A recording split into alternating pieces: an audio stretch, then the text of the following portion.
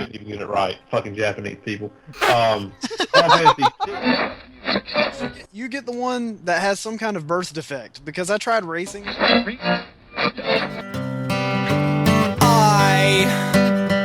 wanna fuck a dog in the ass.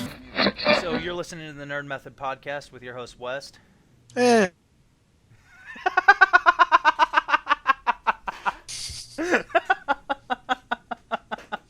Oh, you don't like my cheesy host introduction? I see how it is. Give me hell when I don't remember to do it, and then when I try, you're like, fuck your effort. No, Fuck it. what has recorded or what has been recorded is with your host West and Oh, hey, I get to be one of the twins from Men in Black. exactly. Meet the twins. And Bob. With your hosts, Weston. Congratulations, people. You have witnessed a masterpiece. Yeah, we apologize for any loss of brain cells incurred during the listening of this program. I know I'm working on my loss of brain cells right now. Thank you, Magic Hat. Yeah, I'm working on my loss of sperm count. Thank you, Diet Mountain Dew. Yeah, and your loss of taste. I'm sure you people out there wanted to know about my nuts, but they're you small got it. and You fuzzy. got it anyway because we're givers. That's what we do. We truly give. We want to make sure that you understand how much we love you. Or, well, yeah. Anyway, okay. Disclaimer though, we're not responsible for any medical costs incurred because of our love. True. But the health department will usually check that out for free, so... Or anal seepage. Yeah. There's that. No, that's all West. That's not me. Well. It's an exit only. It's an exit only. And on that happy anal note... Okay, so spoiler alerts as an overall, because one of my subject matters is going to destroy something that has recently come out, and anything else that might hit within this year. All right, yeah, we're gonna be discussing movies a little bit more. I know we're kind of beating this horse to death, given that the last round we talked a little bit about movies, but we just wanted to kind of talk about recent stuff. And this isn't a super recent movie, but on Netflix the other day, because it was Halloween, and my girlfriend and I decided that we were gonna watch nothing but horror / gory / suspense movies all month for October. We watched a movie on Netflix that I did not think would be good, but it ended up being one of probably the best comedy horrors I've ever seen. It's called Tucker and Dale versus Evil, and it's got one of the two main characters is played by Alan Tudyk, who many of you know as Wash from Serenity. He's also in A Knight's Tale and Death and Funeral. Right. Yeah. His last name's Tudyk? I think that's how you pronounce it. It's spelled Tudyk. Might be Tudyk. I don't know. Let's go with Tudyk because I Tudyk. really like him. But anyway, it's about two kind of rednecky guys, and they go out into the woods and they've saved up their money and bought a vacation cabin out in the woods, and the cabin is apparently owned by some person that used to be a psycho killer. But the whole comedy aspect of the movie is it plays on the whole thing, like you're watching a horror movie and you're wondering, sometimes you catch yourself wondering what it would be like in an alternate universe where the bad guy wasn't really a bad guy, it's just that people thought they were. Mm-hmm. And so it plays on that idea, like Tucker and Dale come off as like these crazy hillbilly killers like in Wrong Turn, but they're really not. They're just a couple of dudes that like they end up getting one of the girls out of the group of college kids like falls and hurts her head, and they like pick her up and take her back to the cabin to make sure she's okay. Nice. But her friends think that they like kidnapped her and that they're gonna kill. And the movie just goes from there, and like it's just a series of funny things. Like the college kids find ways to like accidentally kill themselves, and it looks like Tucker and Dale did. It's hilarious. Like I'm trying not to spoil it too much. Oh but, no, go ahead, spoil the shit out of that thing. But are you saying that the black guy lives in this movie? I won't. No. No.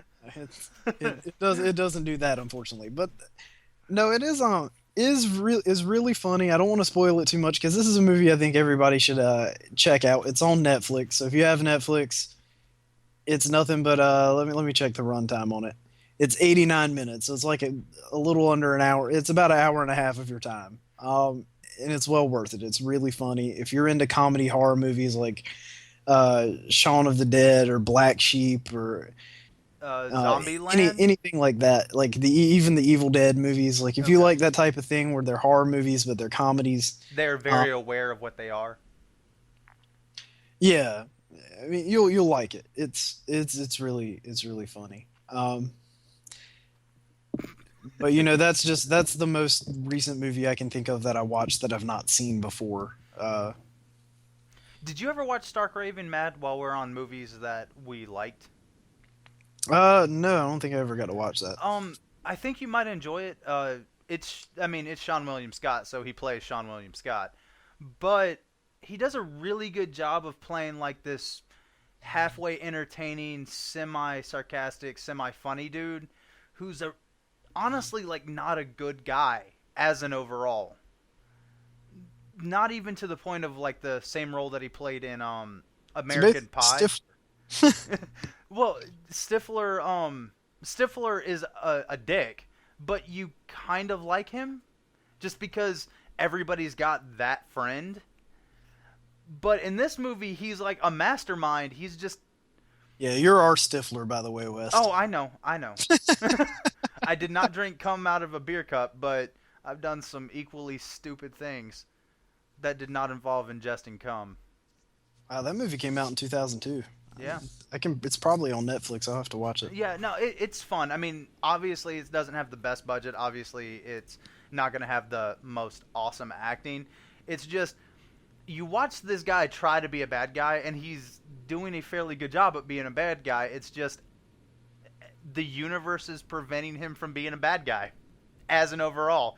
Everything that could go wrong does go wrong. Murphy is so right about those sort of things. And it's just him dealing with this shit on the fly in a Stifler-esque manner. I'll have to watch it. I like Sean William Scott. I mean, he's kind of a one-trick pony, but he makes me laugh most of the time. Oh, especially in like Evolution. Although it's sad. My favorite movie with him is still The Rundown. I wish they'd make a sequel to that. In Evolution, I think he's the last funny person in the whole movie, because he is very much overacted in all of that. Like just the other two characters. What are their names? Shit. David Duchovny and Orlando Jones. Yes, them.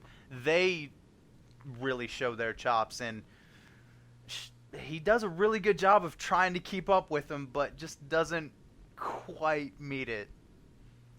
Just he is very much someone that you're just like, whatever, but you did caca.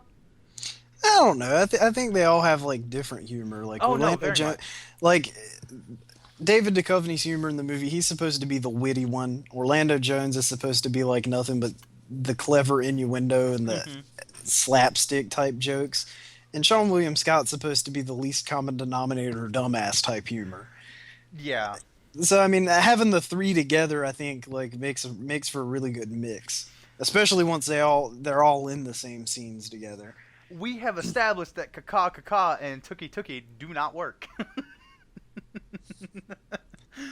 My favorite line in the whole movie is still when Orlando Jones is like, "I want some ice cream." She's like, "What flavor?" He's like, "It doesn't matter. It's for my ass." My favorite line from him is the "Look at the backside on that one." That's the kind of storage you want in a later model car. Very much so. Very much so. That's kind of funny. No, I like Evolution. So, anything you've seen recently? Well, other than Silent Hill, which I'm going to get to in a minute. Not really, no, actually.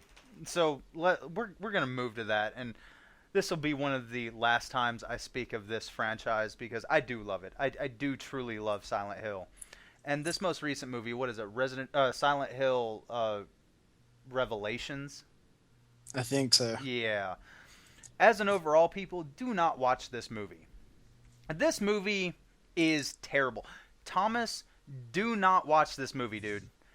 Like, you will have wished that you had seen a better movie, like Twilight, after watching this flick.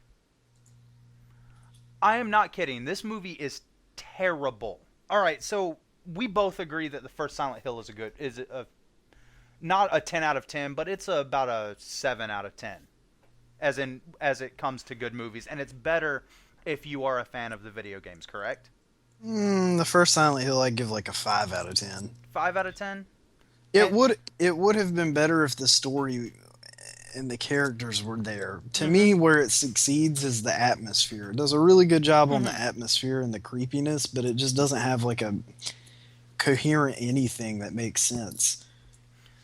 Agreed. In this new Silent Hill, and I'm going to tell you the whole story arc, and you can't see this, but the quotation marks went up because that was a involuntary thing with my fingers. It starts off with not Alessa, the little girl from the first movie. She is older, which they're obviously going. If you've played the games, you know that that's the story arc of Silent Hill 3. And as you are understanding that she is being called back to Silent Hill on her 18th birthday because something important is going down. You're not really sure what it is, but these things are happening. Now, the order that's in the first movie of the people that burned Alyssa and killed her has it still exists. All right, that group of people wasn't just the ones in the church. There's apparently an entire sect that lives within the town that we didn't see during the first movie, that didn't die. Doesn't make a whole lot of sense, but whatever. I will give it that. In the first movie, everybody does a very good job. They play their characters very well, play to the situations very well. These things happen. For whatever reason, in this movie, I don't know if it's the director's fault or all the characters went fucking retarded, but nobody knows how to deliver a line at all. Like, I have seen better acting on a tomato trying to be a banana. This shit was god-awful. One of my favorite characters out of Silent Hill, Pyramid Head. Alright? He is scary as balls when you meet him in the game. He's scary as balls when you meet him in the movie. The reason he is scary is because he's there. And he's got a huge fucking sword. Or knife, or whatever you want to call that monstrosity. They destroy him by explaining him. Are you with me on this? They explained Pyramid Head. Apparently, he is the guardian of Alessa. Does that make a whole lot of sense to you? Not really. As this movie progresses, we follow the girl through these series of events.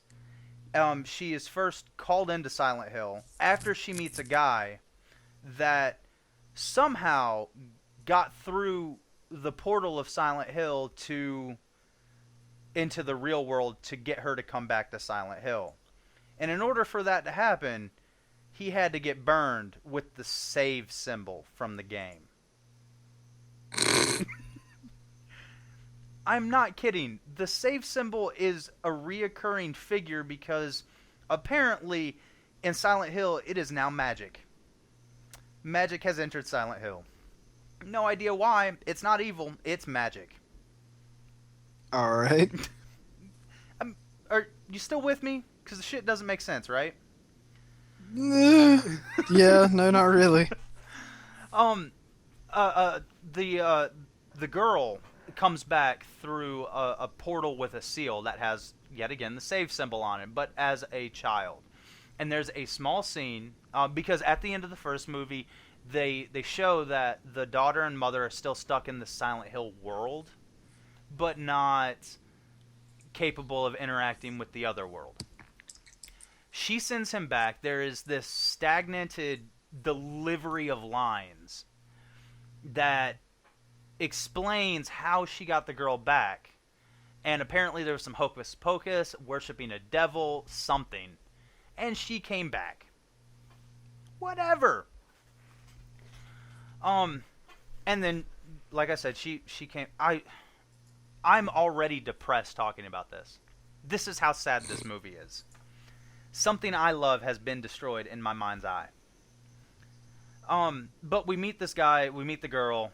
They're back in Silent Hill for God knows whatever reason. 3D, terrible.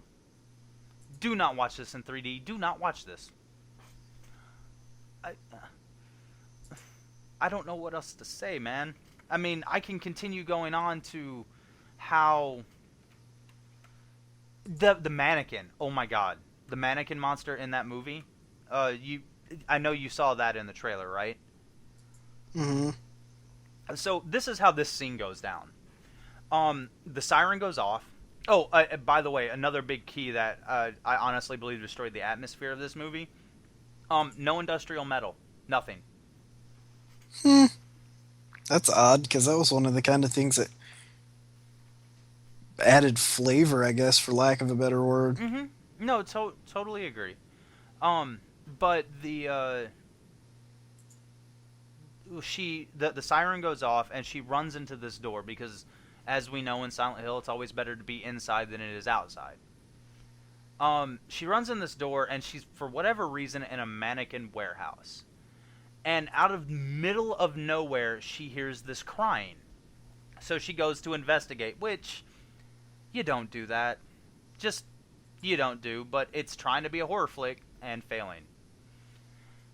She walks over and there's a naked girl laying down. Not strapped down, just laying there, crying. Completely naked. For what reason other than be naked, I have no idea, but she was naked. And then she turns into a mannequin. I am not fucking kidding you. I can't make this up. She turns into a mannequin. And in the same aspect as a person would be turned into stone from the gaze of a Gorgon. Okay. Okay. And the girl kind of tries to freak out about it, and then you see the worst CGI mannequin monster ever. It's kind of the Spider-esque thing, and it's running down, but it is like non-threatening whatsoever. Oh, is that the thing from the movie trailers? Yes. It is the most non-threatening thing I've ever seen. Like, it's got some tendons and some plastic, but that's it.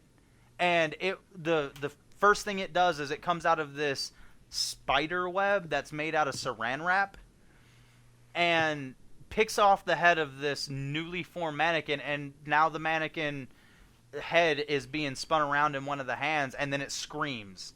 Why does it scream? I don't know, but it does. And Nice. then she gets chased down, and I'm gonna copy that guy that we watch on YouTube. What's that movie reviewer's name? Joe's, is it? Oh crap! What, you know who I'm talking about, right? Dude. Do what now? The YouTube guy that we watch for movie reviews. Johns. Was it Jeffrey Johns or something like that? Him. Jeremy Johns. Jeremy Johns, I yeah, think. Jeremy Johns. He said the most agreeable thing I have ever heard. At that point where this mannequin's trying to kill the girl, because she's got 3 names at this point, so you forget about her. She's being chased, and she runs into another person in Silent Hill. And this girl is crying and shit, and she literally says, "Who are you?" And she says her name, I don't know. How'd you get here? She goes, "I just got lost in the fog." And then she gets drug off. And you're like, I want to know how that happened. That's it. This movie ends with her becoming one with Alessa and depleting the evil, or depleting / controlling the evil. But the way she becomes one with Alessa is having a hug fest. Like, minus a pillow or two. Oh, having a hug fest on a merry-go-round. Nice. Yeah. See how uninterested you sound about this? Yep. That's how I felt watching this. I'm so disappointed that someone let that happen. Because the first one did such a good job of building this environment and this set of world. Actually, I have watched the movie. I will say watch the movie and then go back and watch the first one. You will the first one will gain 10 more points on your 1 to 10 scale. As in what makes a good movie. Fair enough. It's bad. There is a battle scene between Pyramid Head and something that came out of Pinhead's world. There's nothing wrong with that. Yeah. I hate on Hellraiser. Not hating on Hellraiser. It's just for whatever reason, one of the monsters looks like something that came out of Clive Barker's mind, which completely looks out of place in the Silent Hill world. And then all of a sudden, Pyramid Head has to get into a battle with it. Which, last time I checked, that's not what Pyramid Head does. Fair enough. Just saying. Hey. What's up? BT dubs. You know how everyone has that one really ridiculous thing they would buy if they won the lottery? Yep. Just because it costs a lot of money and it would be stupid to buy it otherwise? Mm-hmm. I finally found mine. For anyone unfamiliar, there's a website called thinkgeek.com that has a bunch of really cool, like, geeky, sci-fi, nerdy, fantasy type stuff on it. Shirts, toys, things like that. You can actually, and this is probably not the only place you can order this, but it's where I found it. You can actually order a life-sized Game of Thrones throne for $29,999.99. So $30,000. That would be the first thing I'd buy if I won the lottery, just so I could have that shit sitting in my tiny-ass little apartment. I would find a way to buy one of those and sculpt it around the toilet. That way, every shit you take is epic. Here, last thing I'll say about Silent Hill, because I thought I would do better at this, but as an overall, I just feel sad for the fact that what I love has turned into something now that I hate. Malcolm McDowell is in the movie. You're familiar with him, right? Yes. Decent actor, right? Yes. The dude does such a shit terrible job. You think that think of the worst actor you have ever seen. He makes them look good. Yeah, it happens. Every now and then you throw somebody into something and tell them to act a certain way, and it's horrible. I don't know if sometimes you just have to fault the director, not the actor. No, yeah, this is... Well, I mean, they use the same guy as the father. And he's a pretty good actor. Apparently, the kid that she runs into is one of the leading roles in Game of Thrones. Kit Harington? Mm-hmm. You familiar with him at all? Nah. Yeah, me neither. But he's apparently... He plays Jon Snow in Game of Thrones. Apparently a good actor. Terrible. Terrible. Terrible. Everybody's just bad. So what other disappointments do you have? Disappointing movies? Yeah, sure. Let's do disappointing. Just disappointing anything? Yeah. Well, I mean, if you want to start with movies, that's fine. But just things where you had high hopes and it was just shattered and your inner child was just like, I hate you, world. I don't know if it affected my inner child. Maybe a little bit, because I got to preface this with a little bit of backstory. Okay. My sister is the one that got me into watching, like, R-rated movies. Oh, yeah. Obviously, I think most people that have older siblings, that ends up being the case. Mm-hmm. And one that she liked to watch in the ridiculous. early 90s, because I think the movie came out in, like, 92, Mm-hmm. was Francis Ford Coppola's adaptation of Bram Stoker's Dracula, the one that had Keanu Reeves Yeah. and shit in it. And I thought that was a really cool movie, and I fell in love with Anthony Hopkins because he was just this old ass badass vampire killing motherfucker in that movie, and he was a bamf. You're like, fuck yeah, Van Helsing is the shit. And the guy that made The Mummy, like Stephen Sommers or whatever the hell his name is, I'll add another disclaimer to this. I fucking love The Mummy movies. The first Mummy is definitely on it. Yeah, repeat that. Because we it's just had a it's lull. like a perfect movie. As far as it's rewatchable, the characters are great. It holds up. Yeah, no. Even the special effects have aged pretty well. Yeah, the Mummy movies are fantastic. Well, the second one's kind of but minus that Red and the Dragon Scorpion shit. King sucked. I'm just gonna say that, but I don't even think he made that. No. I enjoyed Scorpion movie, King over that movie was shit. the Red Dragon or whatever that Dragon Mummy movie was. No, fuck no. That as bad as that movie was, it was still better than the Scorpion King. The Scorpion King starts off with a scene where the Rock's like throwing motherfuckers across rooms and shit, like he's fucking Superman, and then after that scene, he's completely worthless. It's like what the fuck? What happened? You were like Superman in the first scene before the opening credits. Anyway, I digress. I love the Mummy one. Loved it. So when I found out this dude was making a Van Helsing movie and that Hugh Jackman was going to play Van Helsing, Oh yeah, okay. I was fucking excited. I was like, fuck yes, this movie is going to be awesome. And Universal's going to let him use all the old Universal monsters. And this shit's going to be badass. It's going to have fucking Frankenstein's monster and Dracula and it's just going to be fucking awesome. And I went to that movie theater with my sister, and it is the only time I have, because I'm usually pretty good at picking out movies that aren't going to be worth going to the theater to see. This is the only time I have ever been to a movie and come out of it and just been so fucking pissed off that I spent my money. Like, never. I mean, I've seen some movies that were just kind of like, eh.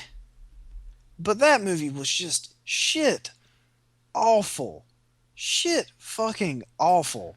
Like, I felt like murdering babies. I was in such a rage after I came out of that movie. It was so bad. Like, I could have gone scorched earth on Stephen Sommers if I had run across that dude after watching that movie. Like, really, dude? Really? This is what the epic badass character that really the most, like, phenomenal version of that we get to see is Anthony Hopkins, who's pretty badass. And you get some talented people for this movie. You get fucking Hugh Jackman and Kate Beckinsale, and you still shit it up like that? Really? I mean, really? The Dracula's trying to get a hold of Frankenstein's monster so he can like plug him in like he's jump starting something to like make his little fucking weird bat baby egg things come to light. Really? That was the best you could do? Did like he Van write Helsing that has a story? cheesy fucking repeater Tommy gun fucking crossbow that shoots like 1,000 bolts a minute and he can't fucking hit anything with it? Really? This is what you gave us? Did he write that story too? Probably. Well, I mean, fuck. Like, I came out of that movie, I was just like, what the fuck was that? I didn't hate it as much as you did. It was fucking terrible. And because it was so terrible, and because I hadn't seen it in a long time, and Kate had never seen it, we watched it. And it was awful. It was even more awful watching it again. Like, I had given myself plenty of time to get over how awful it was, and it was like worse the second time. It's like arsenic. Like, you might survive that first time, but then the second time you're like, yeah, that's how that movie is. Just, oh my god, so fucking disappointed. Well, okay. And look, I know this is a bad movie, but at the time, in which it came out, I understand as sometimes I'm jaded about certain things, so I'm not gonna watch something. But if there is a overall consensus that the movie's good, I'll check it out. And hold yourself before I say this title, or after I say this title. But Diary of a Mad Black Woman. I watched that because as an overall, it was rated pretty high. And I normally try not to follow ratings, but out of people that I semi-trust with their taste, they were like, no, it's a great flick, da-da-da-da-da, and give me all these explanations, and it's just hilarious. Number one, that is the defining factor that I do not laugh at black humor. And I don't even I'm not even trying to be racist about it. It's just that is black humor. Don't understand why that shit's funny, but it is. And that movie is terrible. Number one, everyone does a terrible job in it. Like everything, if overacting was an art, they filmed that. And then you're given this story that is placed in extreme circumstances where for whatever reason, like when the universe works with us, when something bad happens, there's normally something that's about equal. Everything is dramatized to the point that you cannot believe that this shit is happening. Now, for the fact that me and you have both lived in the South, we understand that there are family get-togethers that happen in that movie. But as an overall, it's something where, like, and this isn't more or less disappointment in the movie. This is more or less disappointment in the people that I listen to. I don't know. I like Diary of a Mad Black Woman. I mean, I realize that a lot of the humor and the situation's not meant for me, and it's definitely not my favorite Tyler Perry movie. But as far as a first major attempt from him, I felt like it was okay. Well, I mean, it's not. Like I'm not gonna lie. Like, it wouldn't even come close to approaching Van Helsing as far as like movies not being good. Well, I'm not even gonna lie. Like, I laughed out loud during one scene in that movie, and that's when when you meet the Medea character and she meets somebody else, and they're wearing a sparkly green dress, and she's just like, "What are you fucking wearing? A Christmas tree?" I died. That shit was brilliant. Well, I don't know. I mean, there are parts that make me laugh out loud. I think the flaw in the movie isn't because I can deal with a movie when I know that a movie is going to have humor that fits a demographic that I'm not that's targeted at a demographic that's not me. You know, mm-hmm. Things that I'm not really going to understand. I can kind of like ignore those and just kind of like I don't count it as, man, that joke sucked. I just like, man, that wasn't really meant for me. The problem I had with it was that the protagonist, the main character chick, mm-hmm. you feel a little sorry for her. Yeah, but only but for a second. Not enough is given to you to make her situation so bad that she should just be this angry bitch character that she is the whole movie. And you're just like, get the fuck over it. Move on with your fucking life. Very true. And you pay it like we all come in contact with this person where they're like, "Woe is me, my life is shit," and then they give you the diatribe, and you're just like, or they give you everything that's going on. That is diatribe, right? Yeah, whatever. Yeah, more or less. They give you everything, and you're just like, holy shit. So you try and be sympathetic, and you try and stick with them on that, and you want to help them out. And then as you involve yourself more into their life, you realize you did a lot of this shit to yourself. I don't feel sorry for you anymore. Which, because we watched the entire thing unfold from the very beginning of the movie, you just feel that way the entire movie. You're just like, I don't care about you. Like, the big, fat black woman that's kind of a guy is funny, but whatever. Yes, no? Yeah, I don't know. It's parts of the movie that are very hit and miss with me. But the major flaw I had with Diary of a Mad Black Woman is the inaccessibility of the main character. I just like, on no level do I think that it's excusable for her to just decide that all men are shit and that she's gonna be a bitch, and it's just well, like, why did she fucking become a rug muncher? That doesn't make any sense. No, I mean, like, I get it. You had a bad experience. You hate the opposite sex because of it for a little while, but eventually you get the fuck I over it don't and you like- move on with your life. And she makes like no effort to do that most of the movie, and I don't like rice because I had a bad experience. Well, yeah, no, That's I mean, it. like, I mean, a normal person when they have a bad experience, they get like depressed. I mean, like, anytime I've been in that kind of situation, I've been depressed. I don't go on like a hate-filled rampage. I mean, I just like, I don't know. I just don't get her character. I don't like her character. But that being said, most of Tyler Perry's, because I haven't watched all of them, but all the Tyler Perry movies that I've seen since then have been really good. I want to see that new movie. He made the movies a lot more accessible to where, you know, the jokes are tailored to a wider audience. I mean, the situations, obviously, he still tailors them to his demographic, and that, you know, that's fine because there are a lot of movies that are made with, you know, white people as the demographic, and that's the type of humor they go for. So we need people out there like Tyler Perry keeping the flavor different. But yeah, I mean, like Daddy's Little The Girls. flavor doesn't need to be bad, though. Diary of a Mad Black Woman's not a bad movie. Ugh. It's a movie you're not meant to understand. Yeah, I mean, no, and I get that. just and I mean, don't.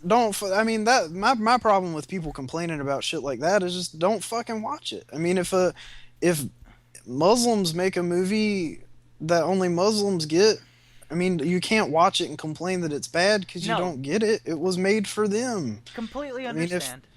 It's the same of any demographic, ethnic, religious, sexual orientation. I mean, not sometimes people will say it's a weakness when you try to write to a demographic, but I mean, if that's what you want your story to be, then so be it. No, Not everything should be made so that the widest possible audience is going to watch it and like No, it, the because then you people end who up with said shit like that- Survivor and WWE Raw. I mean, you end up with the most mind-numbingly stupid shit.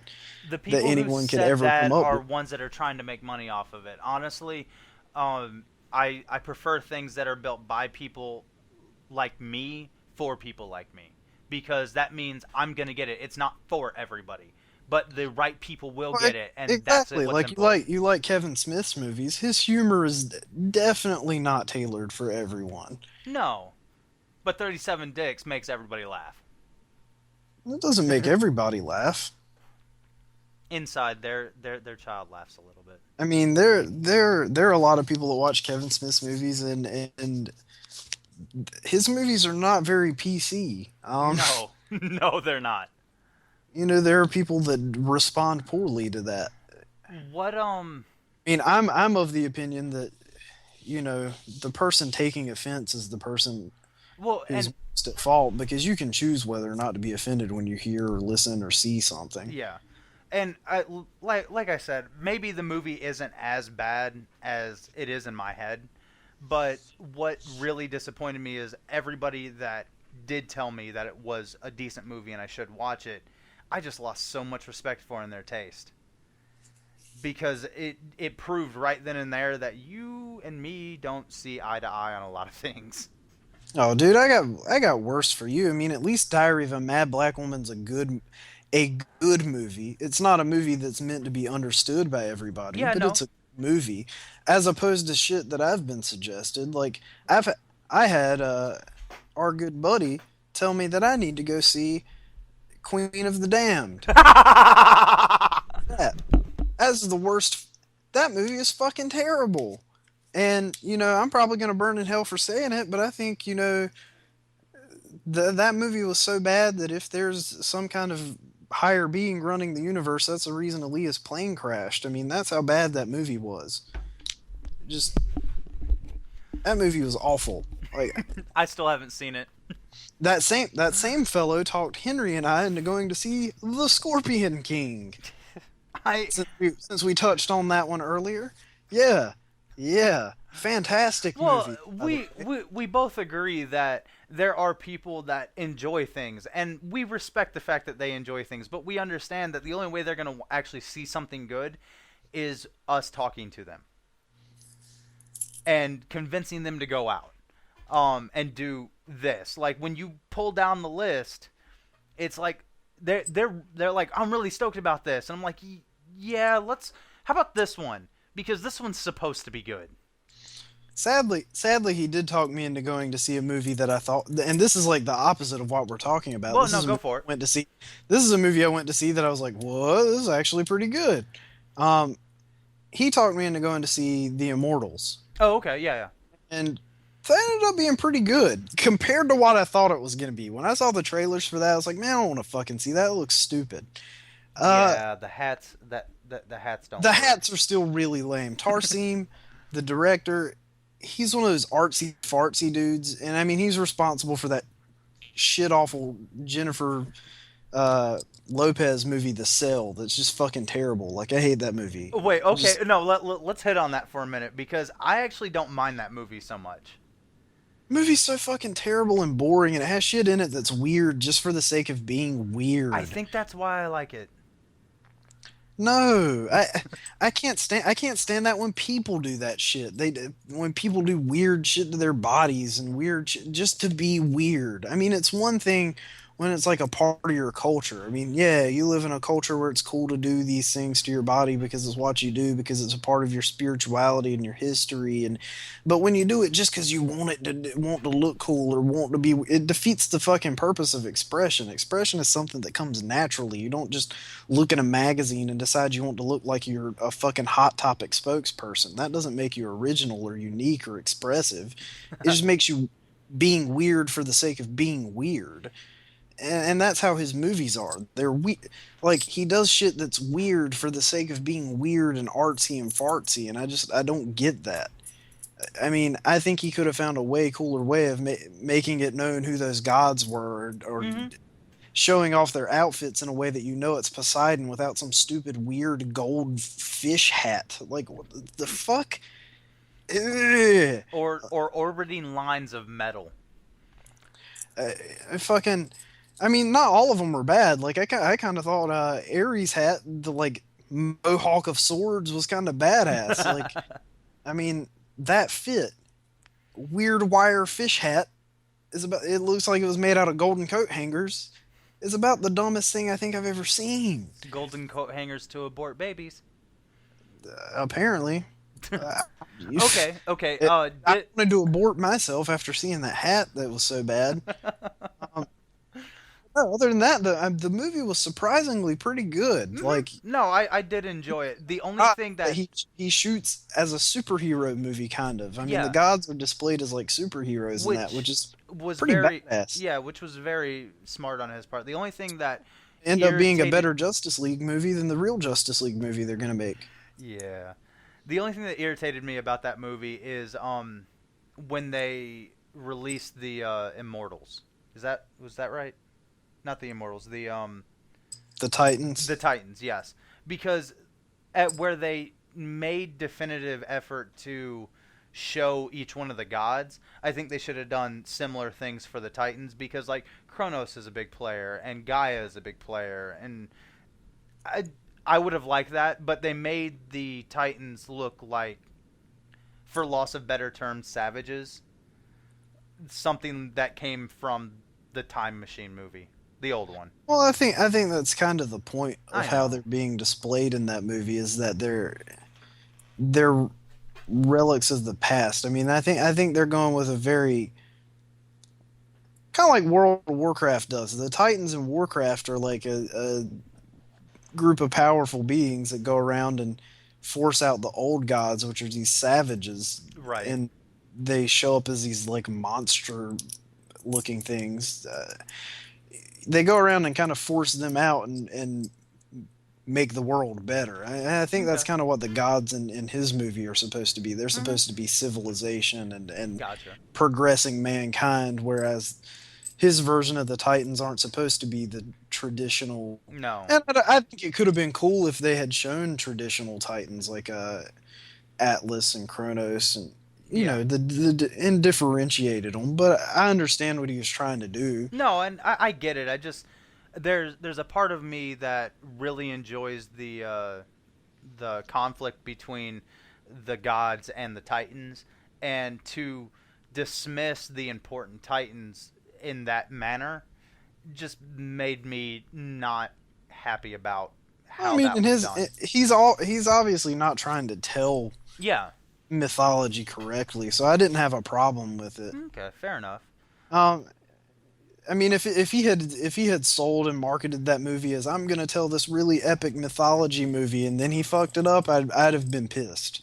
But it was a movie that he just kind of wanted to be artsy fartsy and show the gods off as being superheroes and make his message about mankind taking destiny into their hands. It's just like he was going for a very simple premise. No. Okay, but the one thing I did hate about that movie, and we've already kind of touched on the hats, the worst hat in that movie is goddamn Mickey Rourke's hat. Yes. What the hell is that hat? It's like a vagina crab. Like that's like a vagina with a crab claw on top. Like I don't know what it's supposed to be. This is the most disturbing thing. His hat had VD. Couldn't help it. Had one bad night. Woke up. All of a sudden, shit itched. Whatever. Like a Venus flytrap was swallowing his head, but then like Zoidberg was behind him, poking out the top. I don't. I just. He had that stupid like rhinestone Michael Jackson mask that he put on over it. Like,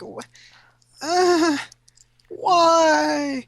Why does this hat exist? What badass king in any country would have ever thought this looked intimidating? Okay. Like maybe that's the point. Maybe that's his test for his soldiers. They like come up to him, and if they laugh at the hat, he kills them, and that like reinstills morale in his people. Or you don't fuck with him. If you laugh at his hat, he kills you. Okay. Like Another disappointing movie. Signs. I hated that movie. I actually have to go the opposite direction on Signs. Okay, good. I felt you might. Because on Signs, it didn't disappoint me until the ending. The ending I felt was really weak, but I had heard things about Signs before I watched it. I waited like a year before I watched it. Oh yeah. So I think if I had watched it when it first came out, I might have been as disappointed as you were. But because I waited a year, it actually wasn't as bad as I thought it was going to be. He does a really good job of building suspense. Oh no, and I agree with that. But that's the reason why I'm so disappointed with the movie. Number one, I hate freaky fucking kids. And for whatever reason, those two kids during that entire movie are just fucking weird. No real reason, just weird. And I mean, not like the weird where they're a little off and social pariahs in school. I mean a little weird like The Omen, where you think they're gonna fucking kill you. The entire movie. No reason for that, but they do. Like, there's a whole thing with the dog, and you're just like, alright, whatever. And then they're wearing, like, the fucking aluminum hats, and you're just like, okay. But after all of that said and done, like, you've got all the suspense, your heart's racing, and then all of a sudden they're damaged by water? Really? Really? Like, yeah. Way to build the shit up, and then these beings have the ability to traverse space, and they go to a planet where H2O is it thrives on that, and they die from it. Okay, and here's where I'll break out my nerdy a little bit. Go for it. We're not nerd method for nothing. And that's why I hate the fucking ending of that movie and what kills the aliens. Okay, from our understanding, at least scientifically, we pretty much believe that water is one of the things that makes it possible for life to develop. So to believe that advanced beings developed without water is just kind of hokey. Anyway, but okay, let's pretend we don't know everything about the universe, because we don't. No, fair. I mean, there's let's liquid pretend oxygen. that it's possible for advanced beings to develop with some other kind of liquid that's not water, even though like any other kind of liquid we can come up with wouldn't sustain life in any way, shape, or form. And let's assume that somehow they've managed to never encounter hydrogen and oxygen binding to make water. No. Let's assume that that's possible. 2 hydrogens and 1 oxygen. I just meant in general. Yeah. let's assume that never happened on their planet. They'd never, oh man, we invented space travel, but we never fucked around with elements enough to figure out that they make shit that kills us. Um, Assuming that their planet had both of those because elements at the same I time. have to assume watching this movie that these motherfuckers have never seen water. Because if they had seen water, why the fuck would they come to a planet that's 2/3 water? That almost any place on the globe at any given time can have it falling out of the sky. And be hostile. And be hostile. Yeah, I don't get it. Um, I really don't. It's the dumbest plot twist in the history of plot twists, other than the plot hole that you can fly jumbo jets. It's a good thing they went to fucking what was it? Kansas is where they were during that movie. It's a good thing they went there because those fuckers had landed in the rainforest. They would have been boned from the beginning. Well, I mean, hell, they're on farmland. It has to rain at some point. No, it doesn't. Well, it doesn't. I mean, we have droughts. There's no global warming or climate change. But I mean, fucking. They look the scene like, shot out of an episode of Courage the Cowardly Dog. Whatever. Yeah. Well, yeah, I mean, and the worst part is the movie sells and at least the previews did sell the premise that all these crop circles and shit over the years have been the aliens like visiting and planning, and I mean, how the fuck long have they been planning to not know that water's gonna kill them? Like, yeah. I mean, even if the humans weren't smart enough to figure it out, even if you're banking on that man, maybe these humans won't figure out that it like is lethal to us. I mean, what's the chances that you're going to invade a human's house while he's, like, playing with the super soaker in the backyard and you'd accidentally and kills him? Or he's, like, watering the plants and he's like, oh, shit, psh, and kills him. I mean, like, that's just the dumbest fucking plot twist I think I have ever seen in my life. And so, in that regards, I'll give you that the movie is disappointing just because you get to that and you're like, huh? Well, and yet again, Signs was a movie that was yet again built up around me. People were just like, no, the movie's really good. It has a nice rise, and the story comes together, and I'm just like, okay. And I think my parents bought it, and I sat down and watched it before them, and I was just like, really, this is what you're upset about? Like, I was more okay with The Village than I was with that movie. Oh God, no. To me, Signs is better than, as far as if you completely exclude that plot hole at the end. I like Signs better than The Sixth Sense, and anything's better than The Village. Like, I would rather sit on a pineapple than watch that shit again. That movie's so fucking bad. Oh my God, like that movie was sold on M. Night Shyamalan's reputation. Like, really, like. The plot, you figure out the fucking plot twist in the first, 45 seconds of the movie unless you're completely mentally crippled. Gee, I wonder why he's spending 7.5 minutes zoomed in on this tombstone that's showing us the date. I wonder if the plot twist is going to have something to do with the fact that it's not the time that this tombstone is telling us it is. Oh my God.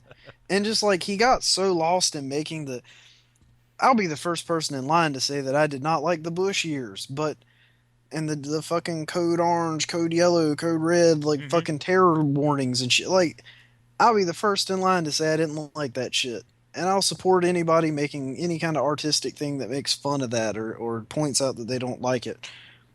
But when you're trying to make a movie, and your movie's not about that, but you're trying to use that as a thing in your movie, it's incredibly cheesy shit, awful, stupid, and distracting. No, I understand. I do understand. So what do you got next? He does have one movie that's worse than that. The Happening. No. Like, I gave up on M. Night Shyamalan after The Signs. Like, I haven't seen Lady in the Water, which I've heard is actually pretty good. No, Lady in the Water was like, people liked it. I just thought it was stupid. I take that back. I did. Actually, I'll get to that one in a second. But no, not there yet. It's your turn. Disappointing. Oh, disappointing.